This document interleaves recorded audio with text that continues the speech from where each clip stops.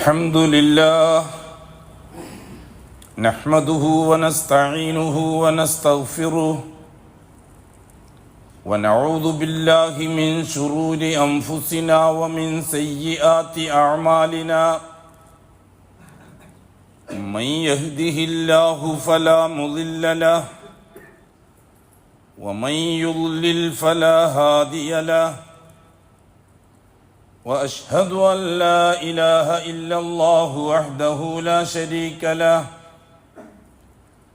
وأشهد أن محمدًا عبده ورسوله أرسله بالهدى ودين الحق ليظهره على الدين كله ولو كره المشركون اللهم صل على محمد وعلى آل محمد كما صليت على إبراهيم وعلى آل إبراهيم إنك حميد مجيد اللهم بارك على محمد وعلى آل محمد كما باركت على إبراهيم وعلى آل إبراهيم في العالمين إنك حميد مجيد عباد الله أوصيكم ونفسي أولا بتقوى الله يا أيها الذين آمنوا اتقوا الله حق تقاته ولا تموتن إلا وأنتم مسلمون يا أيها الذين آمنوا اتقوا الله وقولوا قولا سديدا يصلح لكم أعمالكم ويغفر لكم ذنوبكم ومن يطع الله ورسوله فقد فاز فوزا عظيما يا أيها الناس اتقوا ربكم الذي خلقكم من نفس واحدة وخلق منها زوجها وبث منهما رجالا كثيرا ونساء واتقوا الله الذي تساءلون به والأرحام إن الله كان عليكم رقيبا أما بعد فإن أصدق الحديث كتاب الله وخير الهدي هدي محمد صلى الله عليه وسلم وشر الأمور محدثاتها وكل محدثة بدعة وكل بدعة ضلالة وكل ضلالة في النار അള്ളാഹുവിൻ്റെ സത്യവിശ്വാസികളായ അടിമകളെ, തഖ്വയുള്ളവരായി ജീവിക്കുകയും അതുവഴി ദുനിയാവിലും ആഖിറത്തിലും അള്ളാഹു പൊരുത്തപ്പെടുന്ന ജീവിതം സമ്പാദിക്കുകയും ചെയ്യണമെന്ന് ആദ്യമായി എന്നോടും തുടർന്ന് നിങ്ങൾ ഓരോരുത്തരോടും വസിയത്ത് ചെയ്യും. അള്ളാഹു സുബ്ഹാനഹു വ തആല ദീനുൽ ഇസ്ലാമിൻ്റെ ചരിത്രത്തെ മനുഷ്യചരിത്രവുമായിട്ട് ബന്ധിപ്പിച്ചിരിക്കുന്നു. മനുഷ്യചരിത്രത്തെ അള്ളാഹു 4 ഘട്ടങ്ങളാക്കിയിട്ടാണ് നമുക്ക് വിശദീകരിച്ച് തന്നിരിക്കുന്നത്. അതിലേക്ക് സൂചന നൽകിക്കൊണ്ടാണ് പരിശുദ്ധ ഖുർആൻ ഇന്നല്ലാഹ അസ്തഫാ ആദമ വ നൂഹൻ വ ആല ഇബ്രാഹിം വ ആല ഇമ്രാൻ അലൽ ആലമീൻ എന്ന് നമ്മളെ അറിയിച്ചത്. ഇന്നല്ലാഹ അസ്തഫാ, തീർച്ചയായും അള്ളാഹു തെരഞ്ഞെടുത്തിട്ടുണ്ട് ആദമിനെ. മനുഷ്യചരിത്രത്തിൻ്റെ 1-ാം ഘട്ടം ആദമു തൊട്ടാണ്. ആ 1-ാം ഘട്ടം നൂഹ് നബി അലൈഹി സ്വലാത്തു വസ്സലാമിൻ്റെ റിസാലത്ത് വരെ നീണ്ടു നിൽക്കുന്നു. 2-ാമത്തെ ഘട്ടം വനൂഹൻ, ഇന്നല്ലാഹ അസ്തഫാ ആദമ വനൂഹൻ. നൂഹ് നബി അലൈഹി സ്വലാത്തു വസ്സലാമിനെയാണ് 2-ാം ഘട്ടമായിട്ട് അള്ളാഹു പരിചയപ്പെടുത്തുന്നത്. അതെ, നൂഹ് നബിൻ്റെ റിസാലത്തുമായിട്ടാണ് തൗഹീദിൻ്റെ പ്രബോധന രംഗം സജീവമാകുന്നത്. 3-ാം ഘട്ടത്തെ അള്ളാഹു പരിചയപ്പെടുത്തിയത് ഇബ്രാഹിം ഈ കാലഘട്ടത്തെയാണ്. ഇബ്രാഹിം അലൈഹി സ്വലാത്തു വസ്സലാമിനെയാണ് പിന്നെ തിരഞ്ഞെടുക്കുന്നത്. വാല ഇബ്രാഹിം കുടുംബത്തെ. ഇബ്രാഹിം കുടുംബം എന്ന് അള്ളാഹു പ്രത്യേകം പറയാൻ കാരണം എന്താ?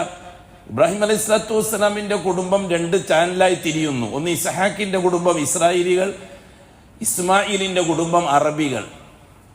ഇസ്ഹാഖ് നബി അലൈഹി സ്വലാത്തു വസ്സലാമിൻ്റെ കുടുംബത്തെയാണ് നാം ബനു ഇസ്രായേൽ എന്ന് പറയുന്നത്. അവരുടെ കേന്ദ്രം ഫലസ്തീനാണ്. ഇസ്മായിൽ അലൈഹി സ്വലാത്തു വസ്സലാമിൻ്റെ കുടുംബത്തെയാണ് നാം ബനുൽ അറബികൾ എന്ന് പറയുന്നത്. അവരുടെ കേന്ദ്രം മക്കയാണ്. ഇവിടെ അല്ലാഹു സുബ്ഹാനഹു വ തആല ചരിത്രം വിശദീകരിക്കുമ്പോൾ ഇബ്രാഹിമി കുടുംബത്തെയാണ് പറഞ്ഞു തന്നിരിക്കുന്നത്.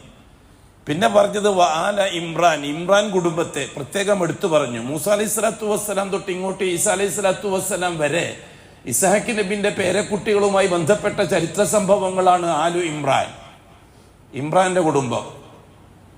ഇസ്ഹാഖ് നബി അലൈഹി സ്വലാത്തു വസ്സലാമിന്റെ മകൻ യാക്കൂബ്, യാക്കൂബ് നബി അലൈഹി സ്വലാത്തു വസ്സലാമിന്റെ മകൻ യൂസുഫ് അലൈഹി സ്വലാത്തു വസ്സലാം, യൂസുഫ് അലൈഹി സ്വലാത്തു വസ്സലാമിന്റെ 12 യാക്കൂബ് അലൈഹി സ്വലാത്തു വസ്സലാമിന്റെ 12 മക്കളിൽ ഒരാൾ യൂസുഫ് അലൈഹി സ്വലാത്തു വസ്സലാം, ബാക്കിയുള്ളവർ. അതിനുശേഷം യൂസുഫ് അലൈഹി സ്വലാത്തു വസ്സലാമിന്റെ പാരമ്പര്യത്തിലാണ് മൂസ, ഈസ പ്രവാചകന്മാരൊക്കെ വരുന്നത്. അവരൊക്കെ ഇസ്ഹാഖ് നബിന്റെ പേരക്കുട്ടികളാണ്. അവർക്ക് ബന്ധം ഇബ്രാഹിമുമായിട്ടാണ്.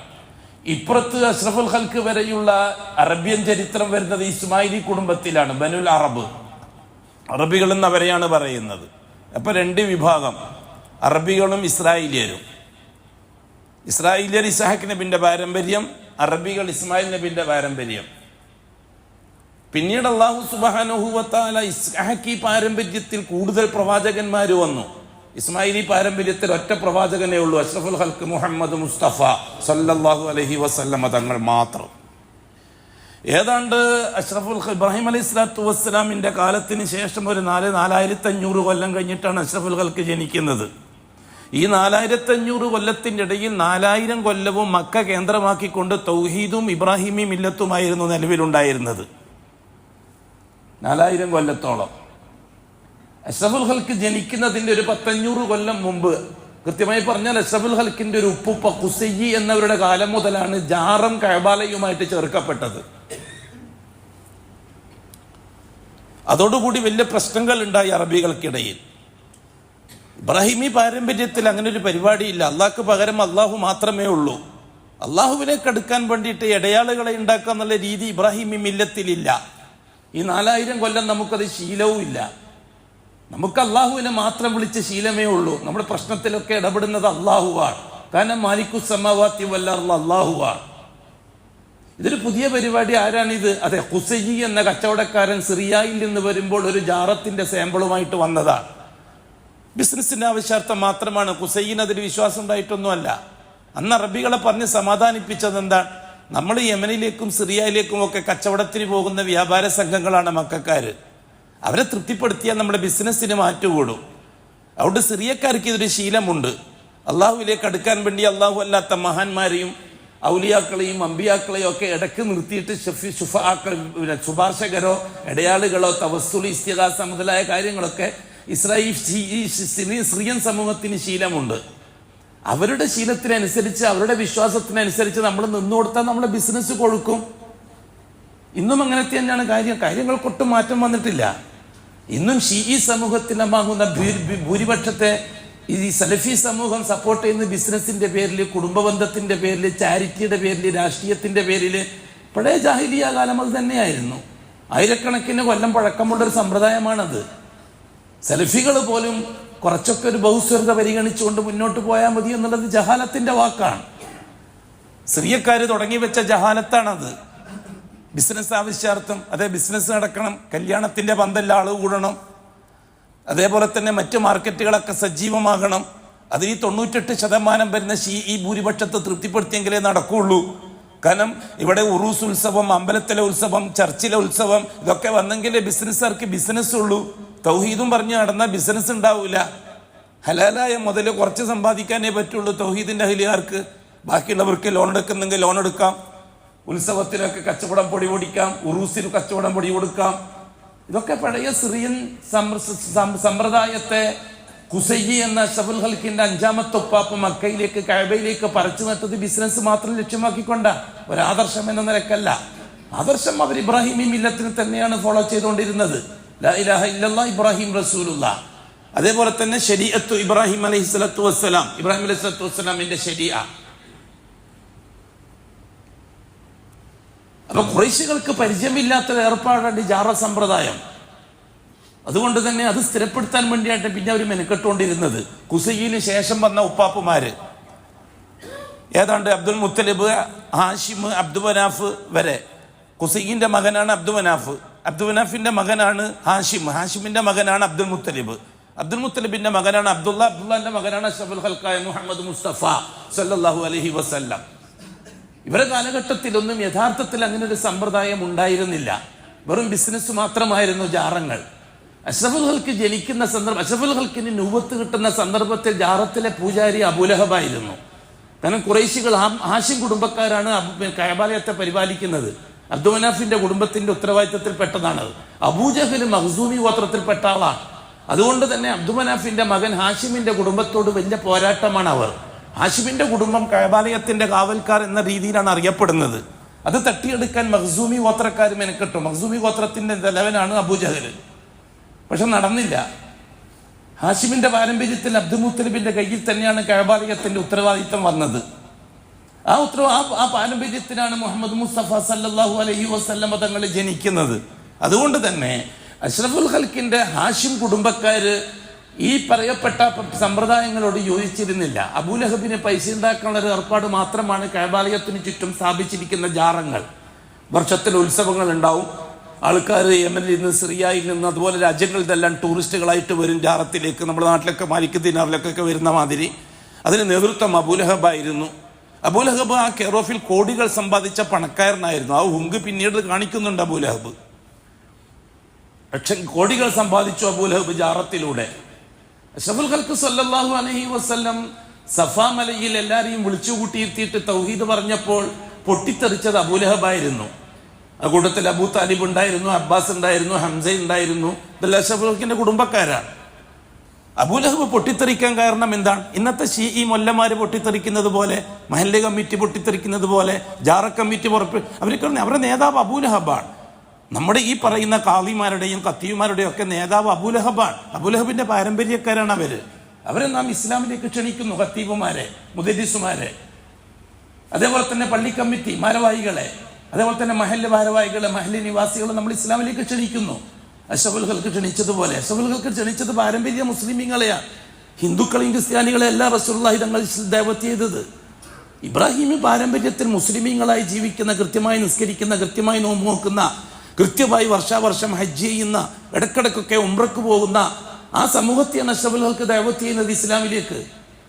ഇപ്പൊ നിസ്കരിക്കുന്നവരെ ദഅവത്ത് ചെയ്യണോ, നോമ്പ് നോക്കുന്നവരെ ദഅവത്ത് ചെയ്യണോ എന്നാണ് നമ്മൾ ചോദിക്കുന്നത്. അവർ പള്ളി നടത്തുകയല്ലേ? അബൂജഹലിന്റെ നേതൃത്വത്തിലാണല്ലോ കഅബ ഷരീഫ് നടന്നുകൊണ്ടിരിക്കുന്നത്. മസ്ജിദ് അറാഫിന്റെ ഉത്തരവാദിത്തം ആയിരിക്കാണ്? ഹാഷിമിന്റെ കുടുംബത്തിനല്ലേ, അബ്ദുൽ മുത്തലിബിന്റെ കുടുംബത്തിനല്ലേ? അവർ തന്നെ ഇവിടുത്തെ പള്ളിയിലെ ഇമാമ്, അവർ തന്നെയാണ് നിസ്കരിച്ചുകൊണ്ടിരിക്കുന്നത്. ഹജ്ജിന്റെ സമയം വരുമ്പോൾ നേതൃത്വം വഹിക്കുന്നത് അബ്ബാസും ഹംസയും ഒക്കെ അല്ലേ?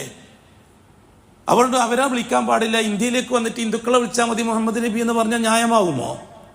ആരെങ്കിലും അങ്ങനെ പറയാം? നിങ്ങൾ പോയിട്ട് ഇന്ത്യയിൽ പോയിട്ട് ഹിന്ദുക്കളെ വിളിക്കുക, അല്ലെങ്കിൽ റോമിൽ പോയിട്ട് ക്രിസ്ത്യാനികളെ വിളിക്കുക, അല്ലെങ്കിൽ പേർഷ്യയിൽ പോയിട്ട് മജൂസികളെ വിളിക്കുക. ഞങ്ങൾ പാരമ്പര്യക്കാരാണല്ലോ, ഞങ്ങൾ ഓൾറെഡി അള്ളാഹുവിനോട് ദുആ ചെയ്യുന്നവരാണല്ലോ, പിന്നെ എന്തിനാ ഞങ്ങൾക്ക് അല്ലാഹ്? നിങ്ങൾ മനസ്സിലാക്കണം എൻ്റെ പ്രിയപ്പെട്ട മോമിനീങ്ങൾ, ഹംസ റളിയല്ലാഹു തആല അൻഹുവിൻ്റെ പക്ഷത്താണ് പാരമ്പര്യ മുസ്ലിമീങ്ങൾ. ഇറാനിയൻ ഷീഇയ്യത്ത് തികച്ചും അബൂജഹലിന്റെയും അബൂലഹബിന്റെയും പക്ഷത്താണ്. നമുക്ക് ഹംസ റളിയല്ലാഹു തആല അൻഹുവിന്റെ ചരിത്രം ചെറുങ്ങനെന്ന് പരിശോധിച്ച് നോക്കാം. ഹംസ റളിയല്ലാഹു തആല അൻഹു നല്ലൊരു നായാട്ടുകാരനാണ്. നന്നായിട്ട് വേട്ടക്ക് പോകുന്ന ആളാണ്, വേട്ടക്കാരനാണ്. സയ്യാദുൽ ഉസൂദ് എന്നൊരു ഓമനപ്പേരുണ്ട് ഹംസ റളിയല്ലാഹു അൻഹുവിന്. സിംഹങ്ങളെ വേട്ടയാടുന്ന ആള്. അത്ര നല്ല പ്രാക്ടീസ് ഉള്ള വേട്ടക്കാരനാണ്. വർഷത്തിൽ ഒരു 3-4 പ്രാവശ്യം കെട്ടുകണക്കിന് അമ്പും വില്ലുമായിട്ട് അദ്ദേഹം കാട്ടിലേക്ക് പോകും.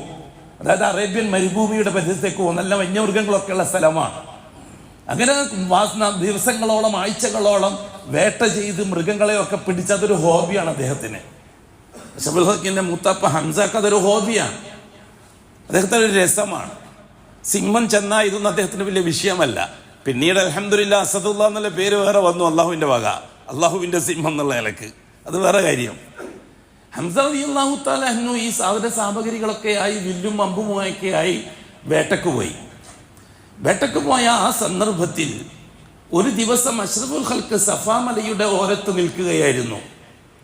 ഈ സന്ദർഭത്തിൽ അബൂജഹല്, അബൂലഹബ് അല്ല, അബൂജഹല് അന്ന് നല്ല മൂഡിലല്ല. അബൂജഹല് ആളിച്ചിരി പെശകാണ്. അഷ്റഫുൽ ഖൽക്കിനെ കണ്ടപ്പോൾ ഒരുപാട് തെറി പറഞ്ഞു. അഷ്റഫുൽ ഖൽക്കിനെ വല്ലാണ്ട് വായിക്ക് തോന്നിയാസം മുഴുവനും പറഞ്ഞു അഷ്റഫുൽ ഖൽക്കിനെ. കാരണം ദൃശ്യം എന്താ?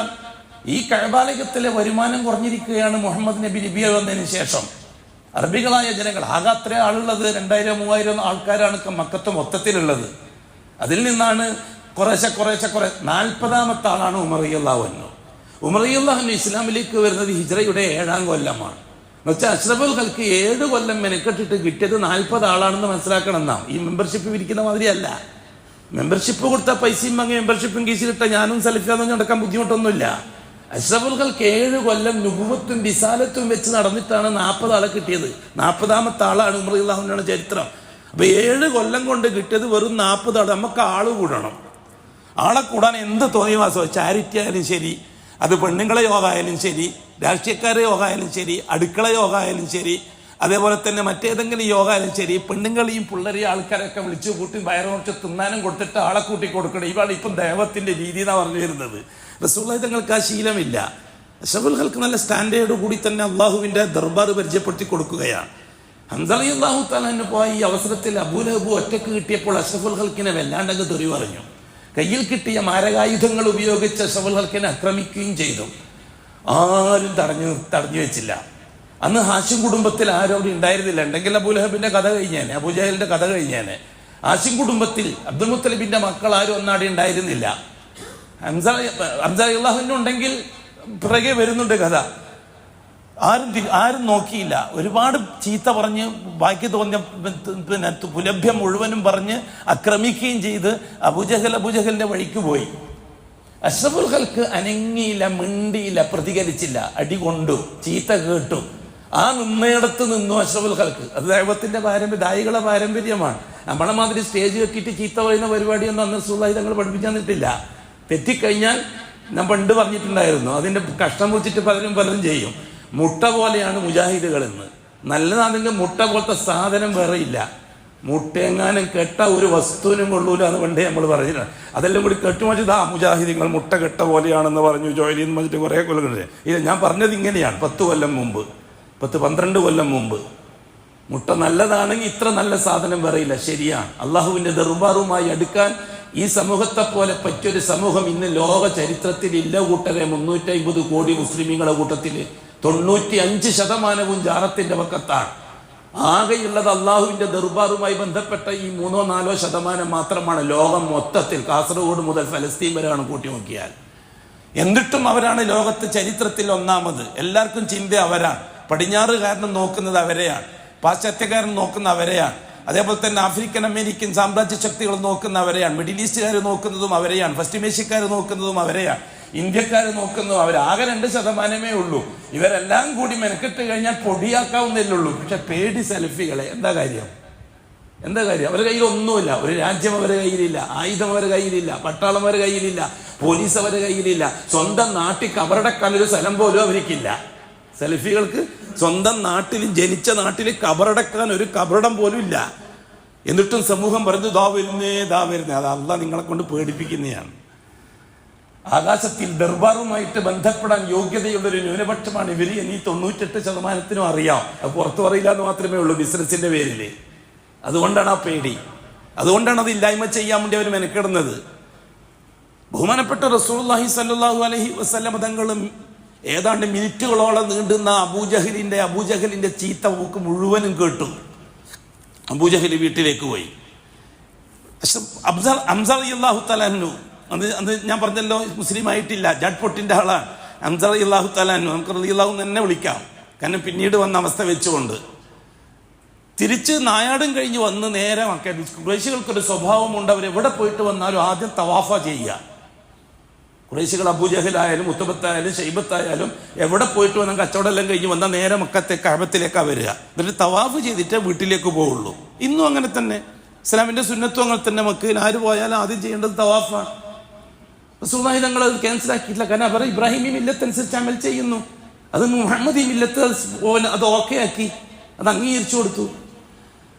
ഹംസ റളിയല്ലാഹു തആല അൻഹു കഅബൻ തവാഫ് ചെയ്യാൻ വേണ്ടി പോകുന്ന പോക്കില് അബ്ദുല്ലാഹി ഇബ്നു ജദ്ആൻ എന്ന് പറയുന്ന ഒരാളുടെ ഭാര്യ, അടിമയാണെന്നോ അടിമ സ്ത്രീയാണെന്നോ അഭിപ്രായമുണ്ട്, അബൂ ഉമാറ എന്ന ഹംസാനെ വിളിക്കുക അവർ ഓമനപ്പേരായിട്ട്. അബൂ ഉമാറ ഇവിടെ നടന്ന സംഭവങ്ങൾ വല്ലതും നിങ്ങൾ അറിയോ? അപ്പൊ ഹംസ ചോദിച്ചു, എന്താ സംഭവിച്ചത്? നിങ്ങളെ മകൻ, നിങ്ങളെ പിതൃപുത്രൻ മുഹമ്മദിനെ അബൂജഹലിനെ അവരെ ഓമനപ്പേരായിട്ട് വിളിക്കുക, അംറുബിൻ ഹിഷാം എന്നാ പേര്, അബുൽ ഹക്കം എന്നാണ് അവരെ പേര്. സുബൈ തങ്ങൾ ഇട്ടതാണ് അബൂജഹൽ. അംറുബിൻ ഹിഷാം എന്നാണ് ശരിയായ പേര്. അംറുബിൻ ഹിഷാം ചെയ്ത തോന്നിയവാസം, ആ മഖ്സൂമി ഗോത്രക്കാരനായ അബൂജഹൽ ചെയ്ത തോന്നിയവാസം നിങ്ങൾ വല്ലതും അറിയോ? എന്താ ചെയ്തത്? ഇനി ഒരു തെറിയും പറയാൻ ബാക്കിയില്ല, ഇനി ഒരു തോന്നിയവാസവും പറയാൻ ബാക്കിയില്ല മുഹമ്മദിനെ. അത്രമാത്രം അവഹേളിച്ച് ആൾക്കൂട്ടത്തിനിടയിൽ ആളിങ്ങനെ നോക്കി നിൽക്കുകയായിരുന്നു എല്ലാവരും. ഹാഷിം കുടുംബം ആരും ഉണ്ടായിരുന്നില്ല ആ സമയത്ത്, ആരും ഉണ്ടായിരുന്നില്ല. ആരും അത് തടഞ്ഞു നിർത്തുകയും ചെയ്തില്ല. ആരും തടഞ്ഞു നിർത്തിയില്ല. ഹംസക്കന്ന് ഒലബളി, ഹംസന്റെ ശരിയായ അസദീയത്ത് പുറത്തു വന്നു. അതേ പോക്ക് അബൂജഹലിന്റെ പുരക്കേക്ക് പോയി. വാതിൽ മുട്ടി ഹംസ. അബൂജഹൽ വാതിൽ തുറന്നപ്പോൾ കണ്ടത് ഹംസയാണ്. ആ മർഹബ അഹ്ലം വസഹില, അഖിലും സഹിലും ഒന്നും അല്ല, നീ എൻ്റെ മകൻ മുഹമ്മദിനെ ചീത്ത പറയുന്നത് കേട്ടു, ശരിയാണോ? അതിന് മുമ്പേ അബൂജഹൽ ഒരു ക്ലബിൽ കൂട്ടുകാരുമായിട്ട് സംസാരിച്ചുകൊണ്ടിരിക്കുകയായിരുന്നു. ഒരു ക്ലബിൽ, ആ ക്ലബിലേക്കാണ് ഹംസ റളിയല്ലാഹു തആല അൻഹു പോയത്. സംസാരിക്കാനൊന്നും നിന്നില്ല, അഭിപ്രായം ചോദിക്കാനൊന്നും നിന്നില്ല. അമ്പുകൾ കൂട്ടിയിട്ടിരിക്കുന്ന കൂട്ട പുറത്ത് തൂക്കിയിട്ടിട്ടുണ്ട്, വില്ലും കയ്യിലുണ്ട്. നേരെ ക്ലബിലേക്ക് കയറി ചെന്ന് ആ അമ്പിന്റെ കൊട്ടയിൽ നിന്നൊരു അമ്പെടുത്ത് നന്നായിട്ടൊരടി കൊടുത്തു അബൂജഹലിന്റെ തലയിൽ. തല പൊട്ടി, ചോര വന്നു. കുറെ സമയം ആ ബഹളം നീണ്ടു നിന്നു. പ്രശ്നം ഗുരുതരമായി. അബൂജഹലിന്റെ കുടുംബമായ മഖ്സൂമി ഗോത്രക്കാര് ഒരുമിച്ച് കൂടി. അന്ന് ഞാൻ പറഞ്ഞു വരുന്നത് ചരിത്രം പറയാനല്ല, നിങ്ങൾ എന്താണ് ഈ മൊല്ലമാലി ഈ ചരിത്രത്തെ പറ്റി പറയുന്നത് എന്നറിയാനാണ്. അതുകൊണ്ട് നമ്മൾ വളരെ ഗൗരവത്തോടെ ഇരിക്കണം. തൗഹീദിന്റെ വക്താക്കൾ, ഷിയാക്കൾ തീർച്ചയായിട്ടും ഖുറൈശി പക്ഷത്താണ്. സെലഫികൾ അഷ്റഫുൽ ഖൽക്കിന്റെ പക്ഷത്താണ്. ചരിത്രം അണപ്പൈ തീർത്ത് കണക്ക് നോക്കിയാൽ സെൽഫികൾ ഇന്ന് ലോകത്ത് അനുഭവിക്കുന്നത് മുഴുവനും അഷ്റഫുൽ ഖൽക്കും സഹാബാക്കളും അനുഭവിച്ചതാണ്. ഷിയാക്കൾ ഇന്ന് ലോകത്ത് ചെയ്യുന്നത് മുഴുവനും അബൂജഹലും ഉത്തുബത്തും ഷൈബത്തും അന്ന് ചെയ്തു വെച്ചതിന്റെ ബാക്കിയാണ്. അതുകൊണ്ടാണ് ഇവര് ചരിത്രം പറയാത്ത അഹദുൻ നിഫാസും ജനാബത്തും മാത്രം പറഞ്ഞു പോകുന്നത്. അതുകൊണ്ടാണ് ചരിത്രം പറയില്ല ഷിയാക്കൾ. ചരിത്രം പറഞ്ഞാൽ അവർക്ക് അത് അടിയാണത്. അതുകൊണ്ട് തന്നെ പരമ്പരാഗതമായി നൂഹ് നബി അലൈഹി സ്വലാത്തു വസ്സലാം നാം 10 കൊല്ലമായി ചോദിച്ചുകൊണ്ടിരിക്കുന്ന വിഷയമാണ്. നൂഹ് നബി അലൈഹി സ്വലാത്തു വസ്സലാം നബിയായി റസൂലായി വന്നത് ആരിലേക്കാണ്? ഏതെങ്കിലും മതക്കാരിലേക്കാണോ? അല്ല. ഏതെങ്കിലും ജാതിയിലേക്കാണോ? അല്ല. ഏതെങ്കിലും വേറെ വിശ്വാസക്കാരിലേക്കാണോ? അല്ല. എന്നിട്ട് നൂഹ് നബി റസൂലായി വന്നിട്ട് ആ കൗമിനോട് കെട്ടുകെട്ടുത്ത ശിക്ഷ വരുന്നതിന് മുമ്പ് തെറ്റ് തിരുത്തണമെന്ന് നൂഹ് നബി പറഞ്ഞു ഖുറൈശ് ആ കൂട്ടത്തോട്. എന്താണ് അവർ ചെയ്ത തെറ്റ്? അവർ ചെയ്ത തെറ്റ് ഒരേ ഒരു തെറ്റാണ്. 5 ജാറങ്ങളെ മോഡീകരിച്ച് ഇലാഹദ്റത്തി വിളിച്ച് മൗലാനമാര് ആ ജാറത്തിൽ ചെന്ന് അൽഫാത്തിയ വിളിച്ച് കാശുണ്ടാക്കുന്നു. അത് പറ്റൂല, ശിർക്കാണ് എന്ന് നൂഹ് നബി പറയുന്നു. അല്ലെങ്കിൽ വേറെ ഏത് വിഷയത്തിലാണ് നൂഹ് നബി അവിടുത്തെ ജനങ്ങൾക്ക് മുന്നറിയിപ്പ്, അള്ളാഹ് പറഞ്ഞതുപോലെ മുന്നറിയിപ്പ് കൊടുത്തത് എന്ന് പറ. എന്താ പറയാത്തത്?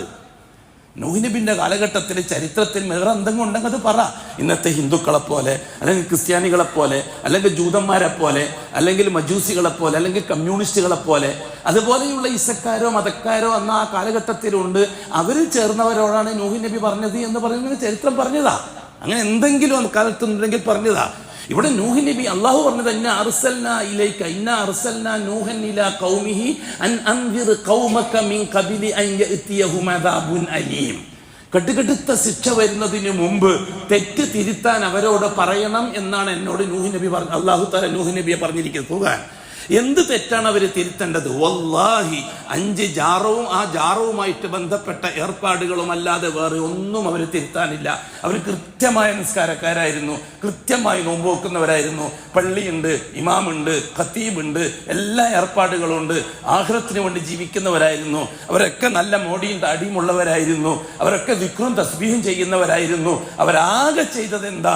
ഈ 5 ഔലിയാക്കൾ വദ്, സുവാ, യൗഖ്, യഊസ്, നസ്ർ, ഈ 5 ഔലിയാക്കളുടെ ഖബറുകൾ മോടി പിടിപ്പിച്ച് മൗലാനമാർ അതിലത്തെ പൂജാരിമാരായി നിന്ന് ഭൂരിപക്ഷം വരുന്ന ജനങ്ങൾ ജാറവുമായിട്ട് ബന്ധപ്പെട്ടപ്പോഴാണ് ഹദ്റത്ത് നൂഹ് നബി അല്ലാഹു റസൂലാക്കി അയക്കുന്നത്. അത് തിരുത്താൻ അത് പറ്റൂല, അള്ളാഹ് മാത്രമേ പറ്റൂ. ഇന്നും അത് തന്നെയല്ലേ സ്ഥിതി? ഇന്നും മുസ്ലിമീങ്ങളെ സംബന്ധിച്ചോളം അത് തന്നെയല്ലേ സ്ഥിതി? നിങ്ങൾ പോയിട്ട് ഹിന്ദുക്കളോട് പറയുക, ഇല്ല, ഹിന്ദുക്കളിലേക്കല്ല മുസ്ലിങ്ങൾ വന്നത് പാരമ്പര്യ മുസ്ലിമീങ്ങളിലേക്കാണ്.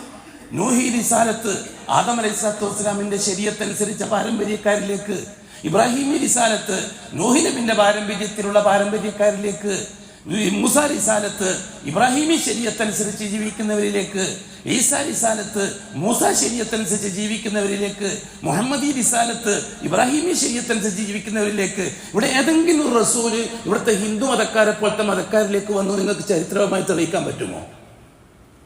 ഇവിടുത്തെ ഹിന്ദു മതക്കാരെ പോലത്തെ മതക്കാരിലേക്കാണ് റസൂലുകൾ വന്നത്. പാരമ്പര്യക്കാരായ നമ്മളെപ്പോലുള്ള ആൾക്കാരുടെ അടുത്തേക്കല്ല. നമ്മൾ ലാ ഇലാഹ ഇല്ലല്ലാഹ് പറയുന്നവരാണ്. കൂട്ടരെ ഇവരും ലാ ഇലാഹ ഇല്ലല്ലാഹ് പറയുന്നവരാണ്. ഇവർക്ക് എന്താ കുഴപ്പം? ലാ ഇലാഹ ഇല്ലല്ലാഹ് ഒരു കുഴപ്പം അവർക്കില്ല. അള്ളാഹുവാണ് എല്ലാം. ഇവർ പറയുന്ന അതേ അർത്ഥം. ലാ മാലിക ഇല്ലല്ലാഹ്, ലാ ഖാലിക ഇല്ലല്ലാഹ്, ലാ റാസിഖ്, ലാ മുദബ്ബിറ ഇല്ലല്ലാഹ്. ഇവിടുത്തെ സൂഫി തരീഖത്തുകാർ പറയുന്നത്, ഇവിടുത്തെ ശിയാക്കൾ പറയുന്നത് അതേപോലെ തന്നെ അബൂ ലഹബ് അബൂ ജഹൽ ഉത്ബത്തുൽ ലാ മാലിക ഇല്ലല്ലാഹ്, ലാ ഖാലിക ഇല്ലല്ലാഹ്, ലാ റാസിഖ് ഇല്ലല്ലാഹ് എന്നല്ലേ പറഞ്ഞത്. എന്നിട്ടും അവരെ ശിർക്കിന്റെ പക്ഷത്ത് നിർത്തിക്കൊണ്ട് അഷ്റഫുൽ ഖൽഖ് കെട്ടുകെട്ടുത്ത നടപടിയെടുക്കാൻ കാരണം എന്താണ്? അവർ ജാറത്തിൽ പോകുന്നവരായിരുന്നു. വേറെ ഒരു തെറ്റും അവർ ചെയ്തിട്ടില്ല. ഖുർആൻ പറഞ്ഞ കാര്യമാണ് കൂട്ടരെ, ഹൗലായി ശുഫാഉന ഇൻദല്ലാഹ്, ഞങ്ങൾ അള്ളാഹുവിലേക്ക് അടുപ്പിക്കാനാണ് നമ്മൾ ജാറത്തിൽ പോകുന്നത് എന്നല്ലാതെ നിങ്ങൾ പറയുന്ന മാതിരി ജാറത്തിൽ പോയി തങ്ങളോട് ചോദിക്കാനല്ല. അതേപോലെ തന്നെ മാ നഅ്ബുദുഹും ഇല്ലാ ലിയുഖദ്ദിബൂന ഇലല്ലാഹി സുൽഫ, നമ്മളിവിടെ പോയിട്ട് അൽഫാത്തിയ വിളിക്കുന്നത് അവര് നമ്മളെ അള്ളാഹുവിലേക്ക് അടുപ്പിക്കാൻ വേണ്ടിയിട്ടാണ്. നമുക്ക് യോഗ്യതയില്ലാത്തത് കൊണ്ട്. അന്ന് ഖുറൈശികൾ പറഞ്ഞ വാക്ക് ഖുർആൻ, ഇന്നും അതേ വാക്ക് ആവർത്തിച്ച് പറഞ്ഞു ഇവിടുത്തെ മല്ലമാര്. എന്താ വ്യത്യാസം എന്നാണ് ഞാൻ ചോദിക്കുന്നത്. ബഹുമാനപ്പെട്ട ഹംസ റളിയല്ലാഹു തആല അൻഹു അബൂജഹലിന്റെ കുടുംബക്കാരായ മഖ്സൂമികൾ വന്ന് വളഞ്ഞു. ആ സമയത്ത് അബൂജഹൽ എഴുന്നേറ്റിട്ട് പറഞ്ഞു, ദഊഹു, അല്ലെങ്കിൽ ദഊ അബൂ ഉമാറ, അബൂ ഉമാറയെ വിട്ടേക്കും. ലഖദ് സബബ്തുഹു സബ്ബൻ ഖബീഹ, അത്രമാത്രം ചീത്ത ഞാൻ അവനെ പറഞ്ഞിട്ടുണ്ട്, അത്രമാത്രം ഞാൻ ഉപദ്രവിച്ചിട്ടുണ്ട്. അതുകൊണ്ട് അവന്റെ ദേഷ്യത്തെ നമുക്ക് സഹിപ്പിക്കാൻ സാധിക്കുകയില്ല, അത്രമാത്രം ഞാൻ ചെയ്തിട്ടുണ്ട്. മാത്രമല്ല, നിങ്ങൾ അവന്റെ മേൽ കുരുട കരിയാൽ ബനൂ ഹാശിം ഗോത്രക്കാർ അടങ്ങിയിരിക്കുകയില്ല. പിന്നെ പുറത്തിറങ്ങാൻ മുസ്ലിം ഗോത്രക്കാർക്ക് സാധിക്കൂല. കാരണം അവർ ആദർശത്തെക്കാൾ ഗോത്രമഹിമക്ക് പ്രാധാന്യം കൊടുക്കുന്നവരാണ് കുറെ അറബികൾ. അതുകൊണ്ട് ഒരു കാര്യം ചെയ്തു. അപ്പോൾ ഈ ഹംസ റളിയല്ലാഹു തആല അൻഹു അന്ന് അബൂജഹലോട് പറഞ്ഞൊരു വാക്കുണ്ട്, ഓ അബൂൽ ജഹൽ, അല്ലെങ്കിൽ ഓ അംർ ബിൻ ഹിഷാം, നീ എൻ്റെ മകനെ ആക്രമിച്ചു അല്ലേ, നീ മനസ്സിലാക്കിക്കൊള്ളുക, ഞാനും എൻ്റെ മകൻ്റെ ദീനിലാണ്. ശരിക്കും ശ്രദ്ധിക്കണം ആ വാക്ക്, ഞാനും എൻ്റെ മകൻ്റെ ദീനിലാണ്. നിനക്ക് എന്താ ചെയ്യാൻ പറ്റുന്നത് ചെയ്തോളി, ഞാൻ എൻ്റെ മകനോടൊപ്പം ഇസ്ലാം സ്വീകരിച്ചിരിക്കുകയാണ്. വെറുതെ പറഞ്ഞതാണ്, പക തീർക്കാൻ, ദേഷ്യം തീർക്കാൻ പറഞ്ഞാൽ അങ്ങനല്ലേ. നമ്മൾ ദേഷ്യം വരുമ്പോൾ ഞാനും അങ്ങനെ തന്നെയെന്ന് പറയുന്ന രീതി, ആ രീതി സ്വീകരിച്ചതാണ് ഹംസ. ഹംസ രാത്രി പുരക്ക് പോയി ഇരിക്കെല്ലാം കഴിഞ്ഞ് പ്രശ്നങ്ങളൊക്കെ കഴിഞ്ഞ് വീട്ടിൽ പോയി ഉറക്കാൻ കിട്ടുന്നില്ല. ആകമാനം അസ്വസ്ഥത. ഞാൻ എന്തോ പറഞ്ഞത്, ഞാൻ മുഹമ്മദിൻ്റെ ദീനിലാണെന്ന് പറഞ്ഞിട്ട് ഞാൻ എൻ്റെ ഖുറൈശി, എൻ്റെ കുടുംബത്തെ അവഹേളിക്കുകയാണോ? എൻ്റെ പാരമ്പര്യത്തെ ഞാൻ നിഷേധിക്കുകയാണോ? എൻ്റെ പാരമ്പര്യം, എൻ്റെ ഉപ്പുമാരെ ഞാൻ കളവാക്കുകയാണോ? പരമ്പരാഗതമായി ഇബ്രാഹിം മുതൽ ഇങ്ങോട്ട് ഇന്ന് വരെ സ്വീകരിച്ചിരിക്കുന്ന രീതിയെ എതിർത്ത് ഞാനും മുഹമ്മദിൻ്റെ ഒന്നിച്ചുകൂടി ഞാൻ പറഞ്ഞു പോയല്ലോ. ഇനി മാറ്റി പറയാനും പറ്റൂല. കാരണം അറബികൾക്കൊരു സ്വഭാവമുണ്ട്, ഒരു കാര്യം പറഞ്ഞാൽ അവിടെ പിടിച്ചു നിൽക്കും, ഒരിക്കലും മാറ്റി പറയില്ല. ഭയങ്കരമായ അമാനത്താണ് ആ വിഷയത്തിൽ. വാക്ക് പറഞ്ഞാൽ പാലിക്കാൻ അറബികൾക്ക് തുല്യമായിട്ട് വേറെ ആരും കിട്ടൂല, ഖുറൈശികൾക്ക് തുല്യമായി. നേരം വെളുക്കുന്നവർ, ഹംസ റളിയല്ലാഹു പറയുകയാണ് പിന്നത്തെ സംഭവം, നേരം വെളുക്കുന്നവരെ ഉറക്കം വരാതെ ഞാൻ ഇരുന്നു, രാത്രി ഞാൻ എഴുന്നേറ്റിരുന്നു, ഞാൻ എൻ്റെ അള്ളാഹുവിനോട് ദുആ ചെയ്തു. ശരിക്കും ശ്രദ്ധിക്കണം വാക്ക്, അല്ലാഹുമ്മ ഇൻ കാന മാ ഖാലഹു, ഞാൻ അന്ന് പറഞ്ഞ വാക്ക്, അള്ളാഹുവെ അത് സത്യമാണ് എങ്കിൽ, അത് സത്യസന്ധമാണെങ്കിൽ, മുഹമ്മദിൻ്റെ ദീനാണ് ഖൈറെങ്കിൽ, നിനക്കിഷ്ടപ്പെട്ട ദീനെങ്കിൽ, ഞാൻ ഇതുവരെ ഇഷ്ടപ്പെട്ട, നിനക്കിഷ്ടപ്പെട്ട ദീൻ ഇതാണെന്ന് പറഞ്ഞിട്ടാണ് നടക്കുന്നത്. ഖുറൈശികളുടെ മാനസികാവസ്ഥ മനസ്സിലാക്കണം. ഖുറൈശികൾ അന്ന് കഅബാലയത്തിൽ ജീവിക്കുന്നത് അള്ളാഹുവിൻ്റെ ദീനാണ് ഇത് എന്ന് വിശ്വസിച്ചുകൊണ്ടാണ്. ഇന്നത്തെ ഷിയാക്കൾ, ഇന്നത്തെ മൊല്ലമാരും കത്തിയുമാരും കാളിമാരും ജമാഅത്ത് കമ്മിറ്റിയും സ്വീകരിച്ചതുപോലെ ഇത് അള്ളാഹിൻ്റെ ദീനാണ് എന്ന് വിശ്വസിച്ചിട്ടാണ് ഈ ജാറും കൊണ്ട് നടക്കുന്നത്. ഖുറൈശികളും അതേപോലെ അള്ളാഹിൻ്റെ ദീൻ എന്നുള്ളതാണ് അത് കൊണ്ട് നടക്കുന്നത്.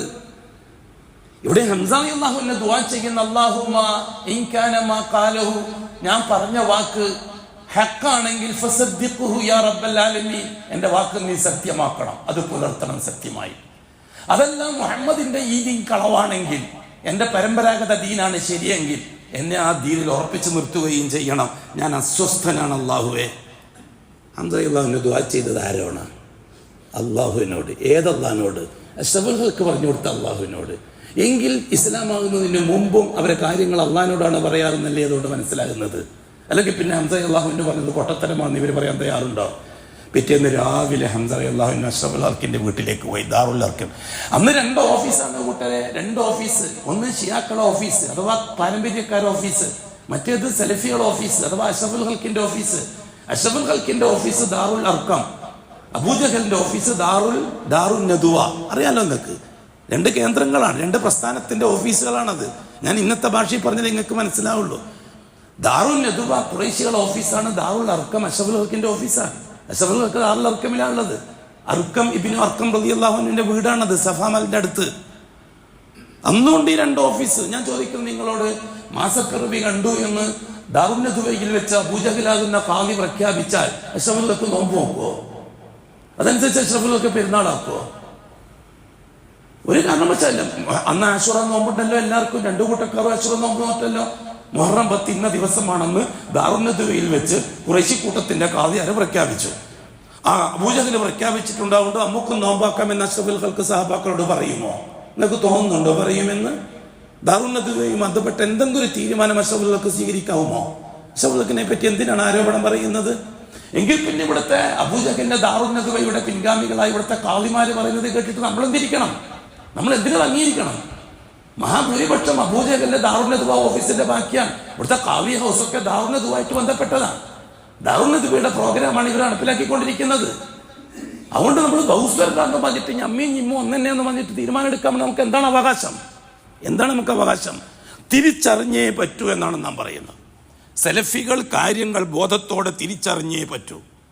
ഇല്ലെങ്കിൽ നാം ഒഴുക്കിനൊത്തിട്ടൊഴുകും, എന്നിട്ട് നാം അപകടത്തിൽ ചെന്ന് ചാടും, അവരെക്കാൾ വലിയ അപകടത്തിൽ. ഇവിടെ ബഹുമാനപ്പെട്ട അഷ്റഫുൽ ഖൽഖിന്റെ ഹദ്റത്തിലേക്ക് പോവുകയാണ് ഹംസ രാവിലെ ദാറുൽ അർഖമിലേക്ക്. വിവരങ്ങളൊക്കെ അഷ്റഫുൽ ഖൽഖിനോട് പറഞ്ഞു. മുഹമ്മദ് മോനെ, ഇന്നിന്റെ സംഭവങ്ങളൊക്കെ ഉണ്ടായിട്ടുണ്ട്. അഷ്റഫുൽ ഖൽഖ് ആവട്ടെ നുബുവത്ത് കിട്ടിയ നാൾ മുതലേ അഷ്റഫുൽ ഖൽഖ് ഹംസാനെ ആഗ്രഹിച്ചിരിക്കുകയാണ്. 2 പ്രായക്കാരാണ്, 2 വയസ്സിന് വ്യത്യാസത്തുള്ളൂ. ഒന്ന് കൊച്ചാപ്പന മൂത്താപ്പന്റെ മോനാണ് ഹംസ, രണ്ടാമത്തത് മുലകുടി ബന്ധത്തിൽ അഷ്റഫുൽ ഖൽഖിന്റെ സഹോദരനാണ് ഹംസ. അബൂജഹലിന്റെ വെള്ളാട്ടിയായ സുവൈബത്തുൽ അസ്ലമിയയുടെ മുല കുടിച്ചിട്ടുണ്ട് റസൂലുള്ളാഹി തങ്ങൾ, ഹംസയും കുടിച്ചിട്ടുണ്ട്. ആ കെയറോഫിൽ മുലകുടി ബന്ധത്തിൽ 2 സഹോദരങ്ങളാണ്. പിന്നെ ഒന്ന് കൂട്ടുകാരാണ്, അവർ പിരിഞ്ഞിട്ട് നിന്നിട്ടേ ഇല്ല. നുബത്ത് കിട്ടുന്നതിന് മുമ്പുള്ള കഥയായി പറയുന്നത്. അതുകൊണ്ട് തന്നെ നുബത്ത് കിട്ടിയപ്പോൾ അഷ്റഫുൽ ഖൽഖ് ഏറ്റവും കൂടുതൽ ആഗ്രഹിച്ചിരുന്നു ഹംസാനെ ഒന്നിച്ചു കൂട്ടന് കിട്ടിയെങ്കിൽ നന്നായിരുന്നേനെ. ഹംസ അല്ലാഹു തആല എന്നോട് സൂചന കൊടുക്കുകയും ചെയ്തിരുന്നു. അറിയാതെ അന്നത്തെ കാലഘട്ടം ഹിദായത്ത് അള്ളാഹുവിന്റെ ഭാഗത്തു നിന്ന് വരുന്നത്. റസൂൽ ആഗ്രഹിച്ചു, റസൂൽ തിരിച്ചിട്ട് ഒന്നും നടക്കൂല, അള്ളാഹു സെലക്ട് ചെയ്തവർക്ക് ഹിദായത്ത് കൊടുക്കും. ഈ സംഭവങ്ങൾ വന്ന് ഹംസ അല്ലാഹു തആല അഷ്റഫുൽ ഖൽഖിനോട് ഇങ്ങനെ പറയുകയായിരുന്നു വികാരത്തോടു കൂടി. ഇങ്ങനെ സംഭവിച്ചു, ഞാൻ അവനെ വിട്ടില്ല, നിന്നെ ഇങ്ങനെയൊക്കെ ചെയ്തെന്ന് ഞാൻ കേട്ടു, ഞാൻ അവന് നല്ല അടി കൊടുത്തു, എൻ്റെ തല കീറിയിട്ടാണുള്ളത്.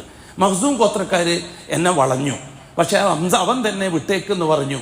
രാത്രി എനിക്ക് ഉറക്ക് കിട്ടിയില്ല, ഞാൻ ഇങ്ങനെ ഒരു വാക്ക് പറഞ്ഞു, ഞാനും മുഹമ്മദിന്റെ ദീനിലാണ് എന്ന്. ഞാൻ ആകെ അസ്വസ്ഥനാണ് മുഹമ്മദ്.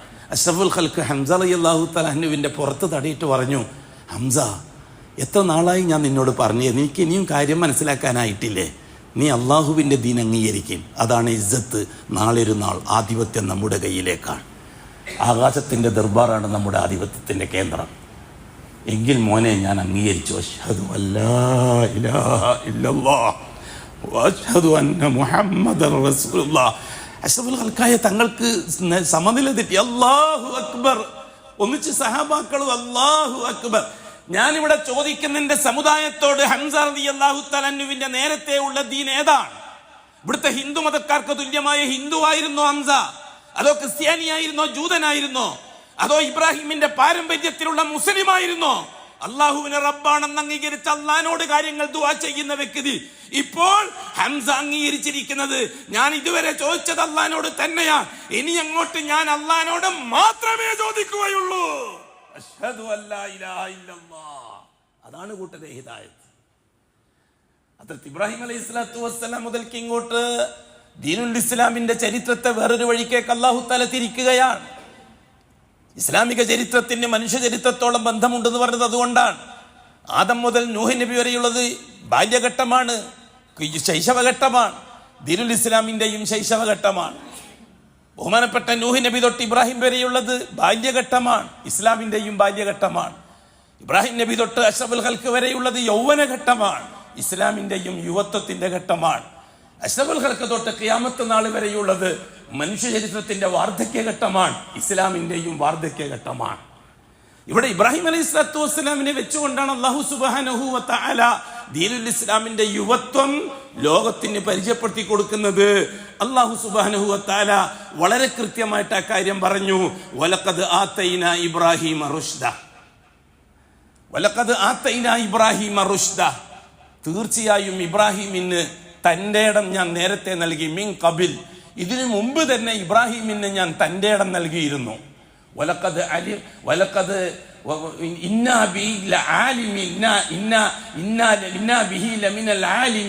തീർച്ചയായും ഇബ്രാഹിം വിവരമുള്ളവനാണ്, ഈ കാര്യം എനിക്ക് കൃത്യമായിട്ട് അറിയാം. അതുകൊണ്ട് തന്നെ ഇബ്രാഹിമിന് നാം കൃത്യമായ റുഷ്ദിലേക്കുള്ള വഴി ചെറുപ്പത്തിൽ തന്നെ നൽകുകയാണ്. എന്താണ് ചരിത്രം, എന്താണ് സംഭവം, കൃത്യമായിട്ട് മനസ്സിലാക്കിയിരിക്കേണ്ടതാണ്. അല്ലാഹു തആല ഇൽമിൽ ഒരുപാട് ബർക്കത്തും അമൽ ചെയ്യാൻ തൗഫീഖും നാം പരിഗണിച്ചിരിക്കുന്ന, നമ്മളെ അല്ലാഹു അടുപ്പിച്ചിരിക്കുന്ന തൗഹീദിന്റെ രാജപാതയിൽ രാജാക്കളായി മരിക്കുന്നത് വരെ ലൈവായി ജീവിക്കാനും ആ സർട്ടിഫിക്കറ്റുമായി നാളെ അള്ളാഹുവിനെ കണ്ടുമുട്ടി അള്ളാഹുവിൻ്റെ തൃപ്തിക്കും സന്തോഷത്തിനും ഭാഗവാക്കാകുന്ന ഒരു ചെറിയ ന്യൂനപക്ഷം, ആ ന്യൂനപക്ഷത്തോടൊപ്പം ചെന്ന് ചേരാനും എന്താണോ വേണ്ടത് അള്ളാഹു മരിക്കുന്നത് വരെ അത് നിലനിർത്തി തരികയും മരിച്ചതിന് ശേഷം അത് പൂർണ്ണമായി അംഗീകരിച്ചിരിക്കുകയും ചെയ്യട്ടെ. അഖൂലു ഖൗലി ഹാദാ والله أعلم وأستغفر الله العظيم لي ولكم وأستعفيه عني وعنكم وعن جميع المسلمين والمؤمنين أجمعين واستغفروه إنه هو الغفور الرحيم.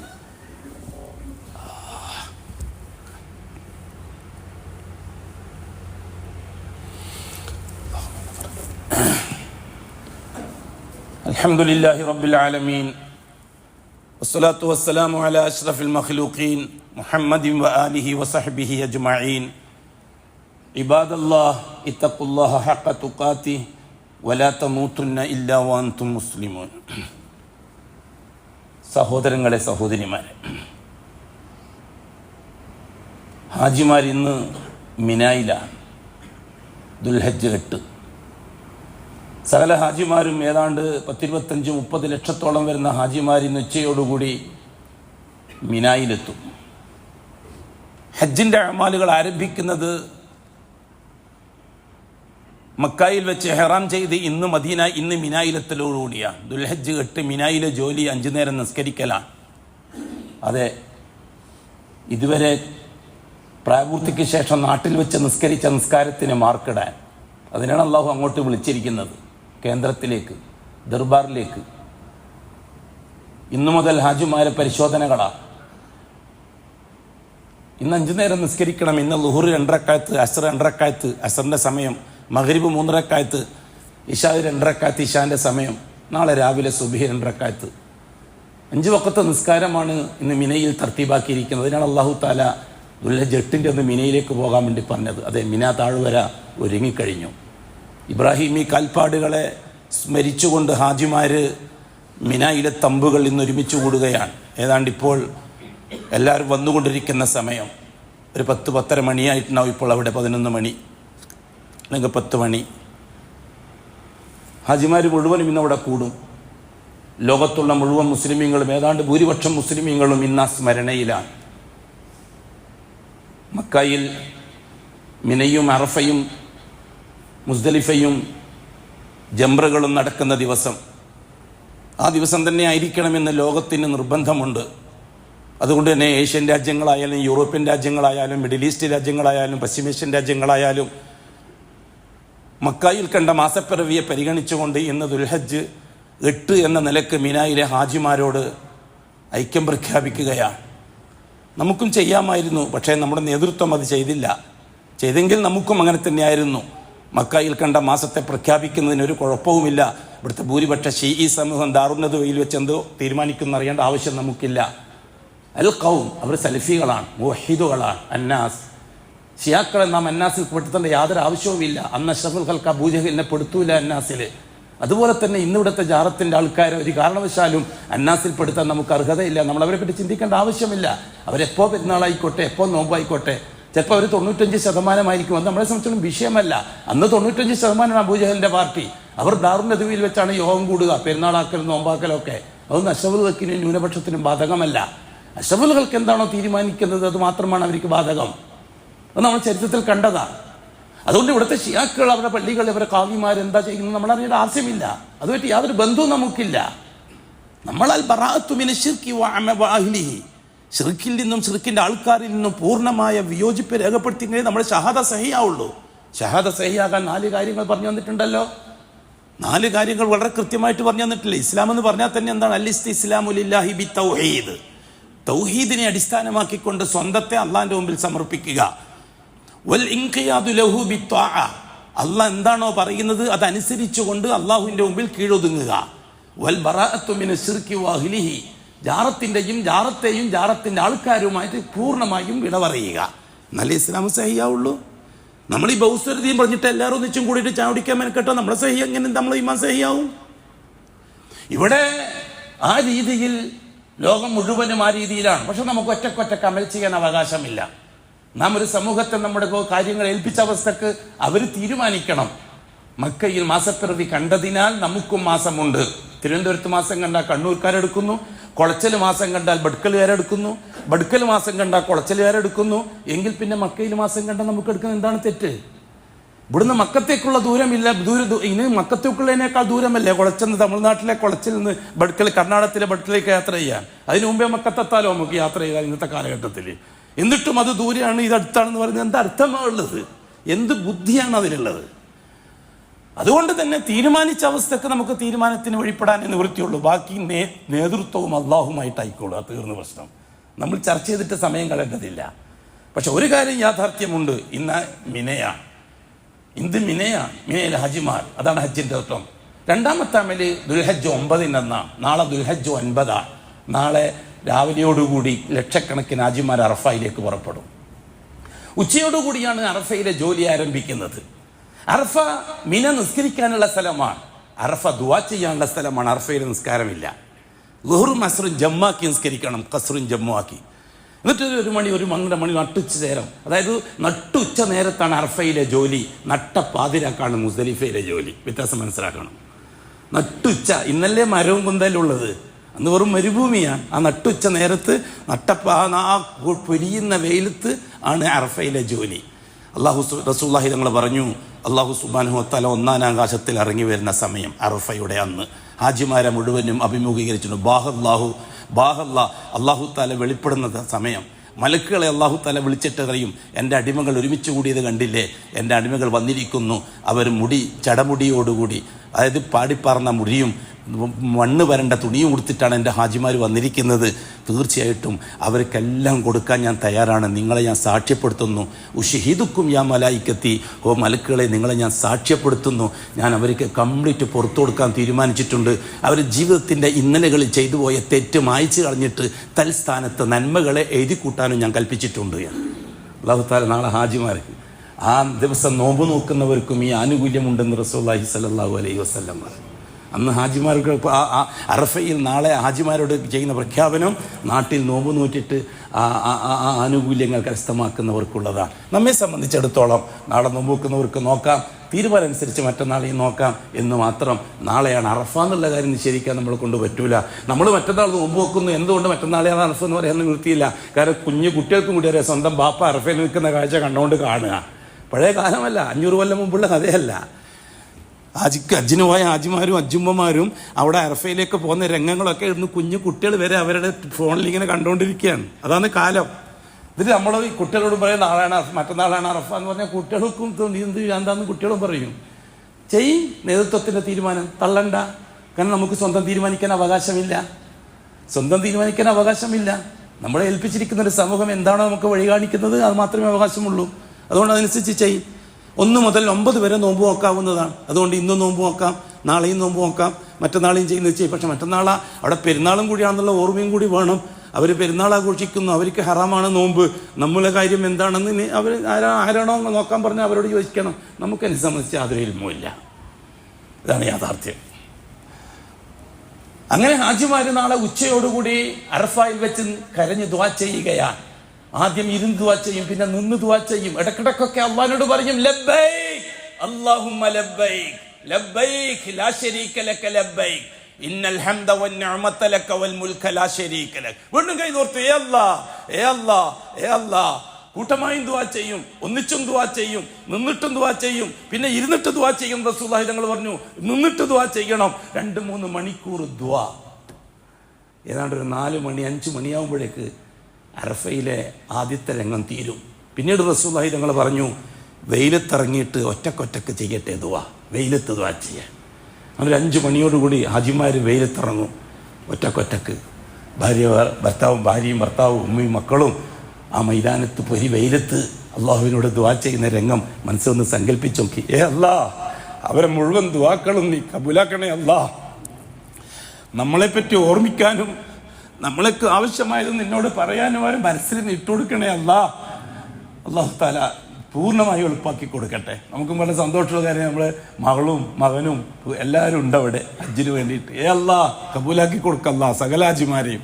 കാസർഗോഡ് നിന്നും പോയിട്ടുണ്ട് ഹാജിമാര്. അള്ളാഹുവെ നീ കബൂലാക്കണം. നല്ല റാഹത്തിൻ മഗ്ഫൂറുല്ലഹായിട്ട് തിരിച്ചു വരുന്ന കൂട്ടത്തിൽ അള്ളാഹുവെ ഹജ്ജം മബ്റൂറ വസഇയം മഷ്കൂറ വദംബം മഗ്ഫൂറ. നമുക്കത്രേ പറ്റുള്ളൂ. അങ്ങനെ മഗ്രിബോടുകൂടി അറഫയിലെ ജോലി തീരും. അടുത്ത ജോലി മുസ്ദലിഫയിലാണ്. അറഫയിൽ നിന്ന് നാളെ രാത്രി അറഫയിൽ നിന്ന് അവർ മുസ്ദലിഫയിലേക്ക് യാത്രയാവും.